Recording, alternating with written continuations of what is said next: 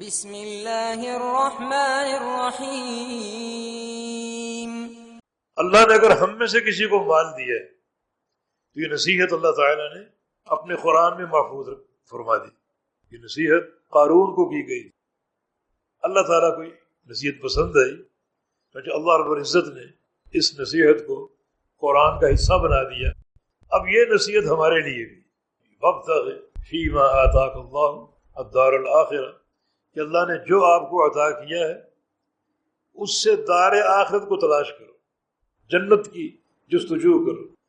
فیما آتاک اللہ، عربی قواعد میں ما جو ہے اس میں عموم ہے کہ اللہ نے جو کچھ آپ کو دیا، جو صلاحیت دی، جو نعمت دی، اس نعمت کو تج دو حصول آخرت۔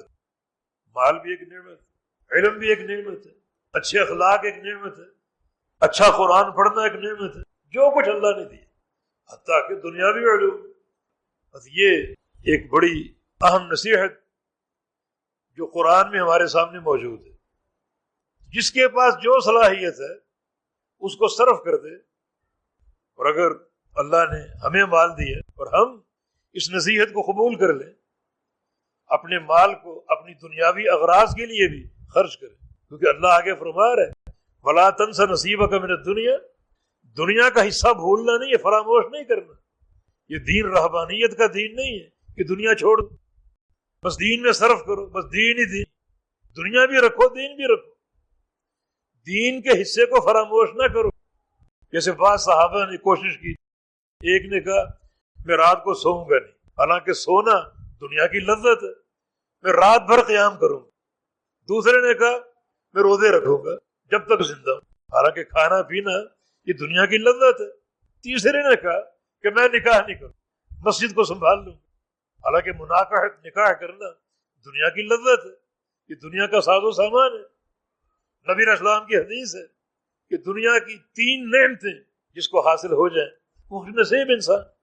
ایک نیک بیوی، تو نیک بیوی ایک متاع ہے، کشادہ گھر بناؤ، اگر طاقت ہے، ہمت ہے، 1000 گز کا 2000 گز کا کشادہ گھر، اچھی گاڑی، اچھی سواری، یہ دنیا کا متاع ہے، اس کو نہیں بھولنا، اسے فراموش نہیں کرنا۔ لیکن اپنے مال کے ساتھ کچھ تقسیم یہاں آ گئی اور کچھ کے ساتھ دار آخرت کے جستجو۔ ایک بندہ اگر دار آخرت کی طرف منہمک ہو جائے اور دنیا کو چھوڑ ہی بیٹھے تو دین میں یہ تصوف نہیں ہے، یہ رہبانیت نہیں۔ اور ایک بندہ اگر اپنے مال کے ساتھ دنیا کرتا رہے اور دین کی پرواہ نہ ہو، یہ بھی ناجائز۔ لیکن ایک اعتدال کہ اپنے مال کو اس طرح لگاؤ، کچھ حصہ طلب آخرت کے لیے ہو اور کچھ حصہ آپ کے دنیاوی اغراض کے لیے۔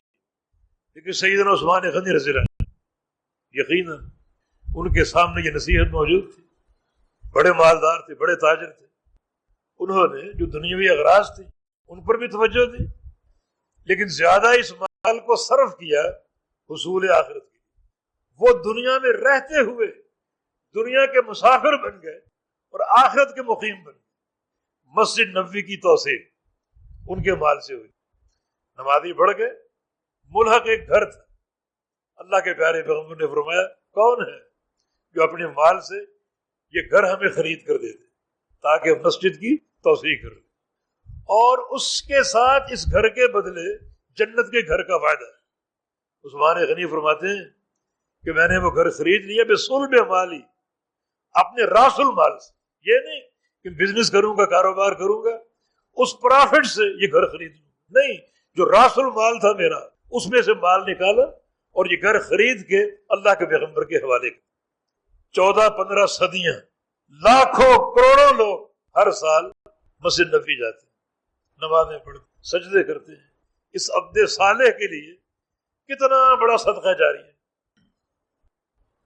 نبی علیہ السلام جب ہجرت کر کے مدینہ آئے تو مدینے پر یہودیوں کا تسلط، مدینہ منورہ میں میٹھے پانی کا ایک ہی کنواں تھا اور یہودی اس پانی کو بیچتے تھے منہ مانگی قیمت کے عوض۔